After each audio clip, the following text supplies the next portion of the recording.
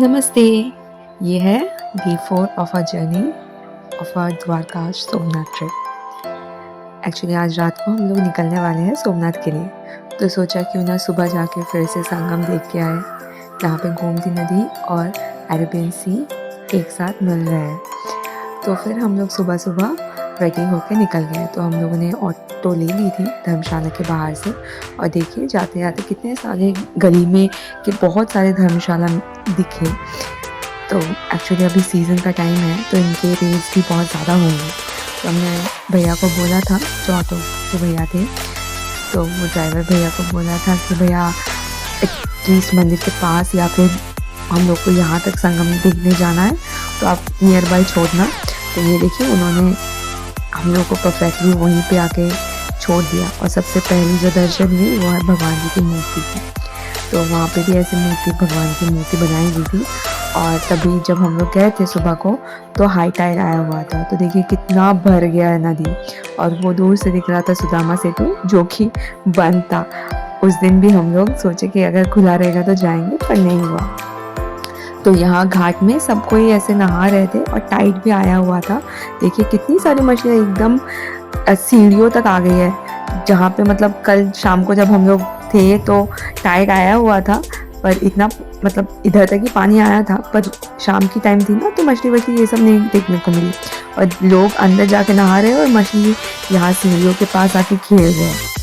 और यहाँ से ये देखिए भगवान, मतलब ऐसा कहा जाता है कि मंदिर जाने से पहले यहाँ पे गोमती नदी में नहा के लोग मंदिर में दर्शन करने के लिए जाते हैं भगवान के।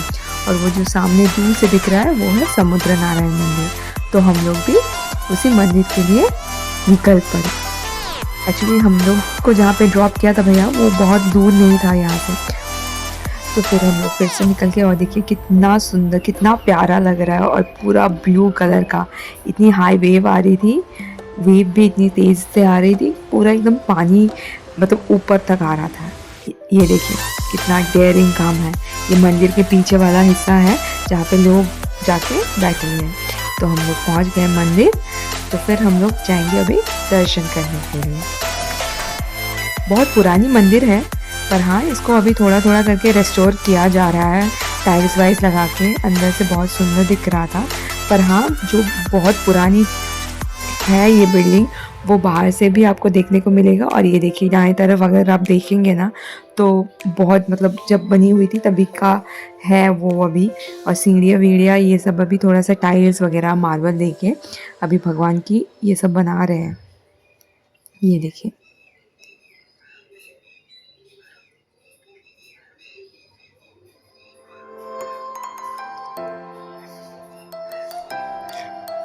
यहाँ भगवान के दर्शन हो गए। फिर हम लोग निकलेंगे मंदिर से थोड़ा सा सी साइड बैठने के लिए। तो यहाँ से ये सब कैप्चर हुआ है, ये पूरा एकदम स्टोन्स वगैरह रखे हुए हैं। यहाँ भी जा सकते थे अगर बोट चलती या फिर सुदामा सेतु अगर ओपन रहता तो, पर दोनों ही बंद था तभी, तो इसलिए हम लोग ये जगह विज़िट नहीं कर पाए। ये देखिए मंदिर बहुत पुरानी मंदिर है, एकदम समुद्र के किनारे ही बना हुआ है, जहाँ पे संगम हो रहा है नदी, गोमती नदी का और अरेबियन सी का। फिर यह साइड से सीढ़ी थी, तो हम लोग गए थोड़ा सा बैठने के लिए वहाँ पे, क्योंकि आज शाम को तो ऐसे ही निकलने वाले थे, और सुबह को हम लोग ने सोचा कि थोड़ा टाइम स्पेंड भी कर लेते हैं और मंदिर से भी होके जाएंगे। अगर आज दर्शन होने को रहेगा नसीब में तो फिर दर्शन कर भी लेंगे। ये देखिए यहाँ पे कैमल राइडिंग भी होती है, तो जिसको जो चाहिए। बहुत सारी दुकानें हैं यहाँ पे खाने पीने की। और हम लोग आ गए मंदिर के साइड थी, जो एकदम उसके साइड मतलब सी बीच के साइड में है। और यहाँ से ना वो हम लोग जब भटकेश्वर महादेव मंदिर गए थे, तो वहाँ से लाइट हाउस दिख रही थी, जो कि यहाँ से भी दिख रही है। ये देखिए सब कोई बैठे हुए हैं, एंजॉय कर रहे हैं। उतनी गर्मी भी नहीं थी एक्चुअली। ये देखिए बहुत दूर से दिख रहा है लाइट हाउस, और वेव आ रहा है, बहुत हाई वेव। सब कोई एकदम पूरा ये ब्लॉक्स के ऊपर से जाके एकदम सामने समुद्र के सामने ही खड़े हो गए। बहुत अच्छा लग रहा था, बहुत अच्छा नज़ारा था। ये देखिए यही है मंदिर, एकदम समुद्र के किनारे ही बना हुआ है एकदम। जहाँ पे संगम हो रहा है नदी का और समुद्र का, वहाँ पे कितना अच्छा लग रहा था वहाँ बैठ बैठ के। अच्छी हवा भी चल रही थी, धूप भी उतनी तेज़ नहीं लग रही थी और इतने बड़े बड़े वेव्स भी आ रहे थे, हाई टाइड आई हुई थी बोल के।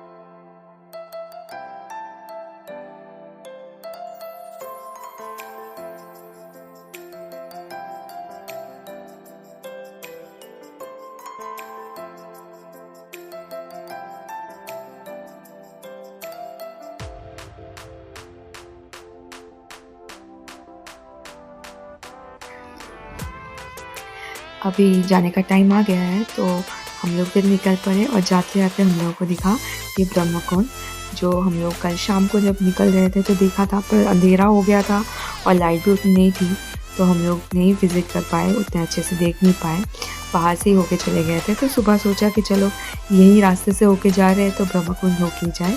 एक्चुअली कुछ नहीं, ये एक मंदिर है और यहाँ पे जैसे मैंने दिखाया था एक दुर्वासा कुंड, तो वैसे ही है, एक कुंड है जिसमें पानी है और ऐसे एक बड़ा सा पेड़ लगा हुआ है और ऐसे सीढ़ियों से ऐसे स्टेप्स बने हुए हैं, आप जा भी सकते हो थोड़ा सा नीचे। और ये देखिए यहाँ पे भगवान की मूर्तियाँ भी है और लोग पूजा भी करते हैं। एक्चुअली यहाँ पे फूल वूल दिया हुआ था।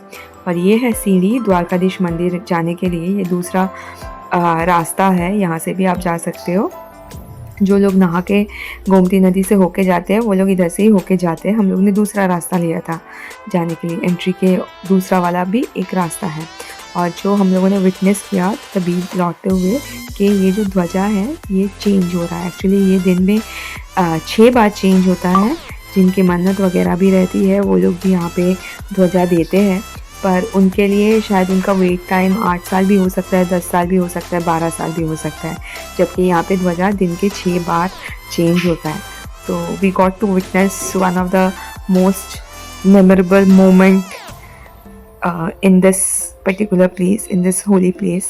So really grateful and thankful to God as well as my grandfather, क्योंकि एक्चुअली हम लोग का ये ट्रिप उन्हीं की वजह से है, क्योंकि उनको देखना था द्वारका, आना था, उनको देखना था, भगवान के दर्शन करने थे।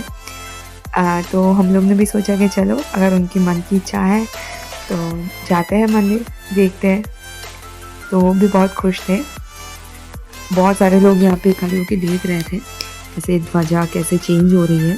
बहुत बड़ी ध्वजा है और बहुत दूर से भी ये दिखता है, बहुत ऊंची है।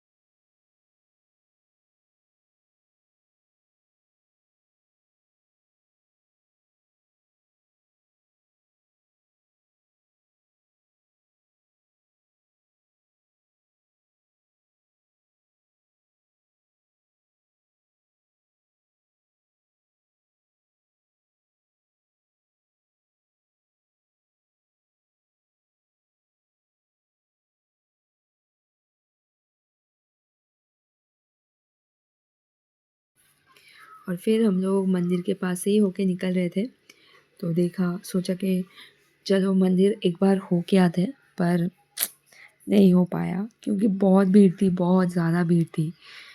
उस दिन भी बहुत ज़्यादा भीड़ थी। एक्चुअली ये दिन था न्यू ईयर का, जो गुजरात का न्यू ईयर होता है, उनके कैलेंडर के हिसाब से उस दिन न्यू ईयर था, तो बहुत सारे लोग आए हुए थे, बहुत ज़्यादा भीड़ थी।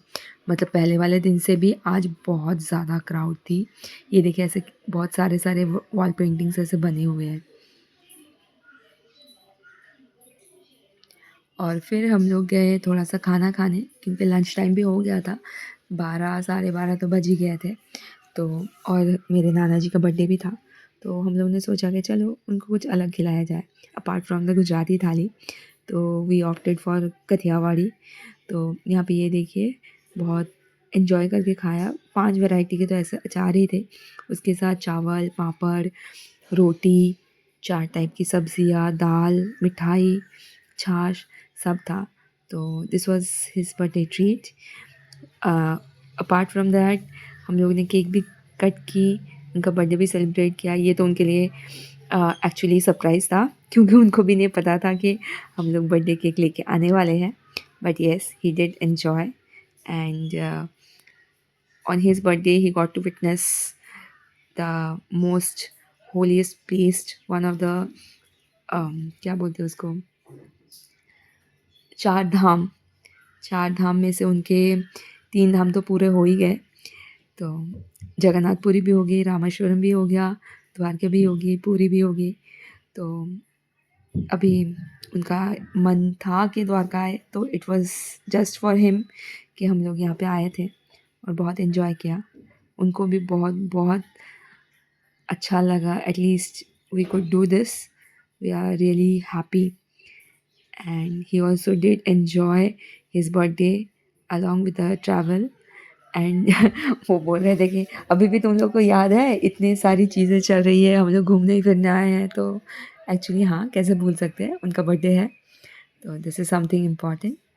तो हम लोग ने केक कट की, बर्थडे सेलिब्रेट किया, फिर हम लोग ने थोड़ा रेस्ट लिया क्योंकि शाम को हम लोग की ट्रेन भी थी। तो आज के लिए बस इतना ही, फिर दूसरे ब्लॉग में मिलते हैं हमारे सोमनाथ यात्रा की। जय द्वारकाधीश। बाय, टेक केयर, नमस्ते।